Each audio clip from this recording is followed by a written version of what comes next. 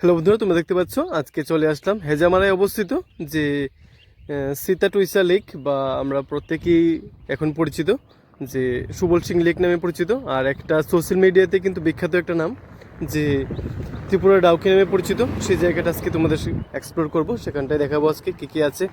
আর তোমরা যদি খোয়াই থেকে আসো এদিক দিয়ে আসতে হবে, এটা ডান দিকে পড়বে।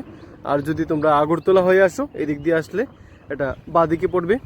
চলো সেখানকার যে সুন্দর দৃশ্যগুলি আছে সেটা তোমাদের সামনে উপস্থাপন করি, সেখানে যাওয়া যাক, সঙ্গে থাকবে।